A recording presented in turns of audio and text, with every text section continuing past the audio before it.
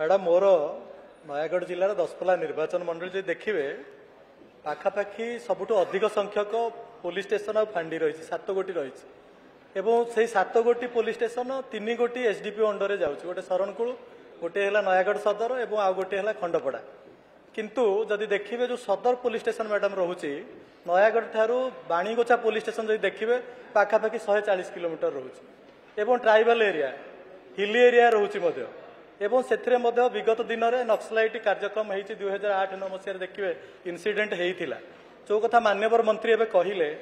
जे एबे विचाराधीन ना किंतु जो नियम रही विचार करने नूतन फांडी नूतन पुलिस स्टेशन करने जे भौगोलिक परिस्थिति कथा कहले एलडब्ल्यू बा नक्सल एक्टिविटीज कथा कहले डिस्टेंस फैक्टर रोचे ये सब मुझे भावुची दशपल्ला निर्वाचन मंडल सुइटेबल होची तेणु मुझे कहवा चाहे दशपल्ला जो आईआईसी ऑफिस रही से एसडीपीओ गोटे पोस्ट क्रिएट करा जाता ताले 3 गोटी ब्लॉक रो मुख्य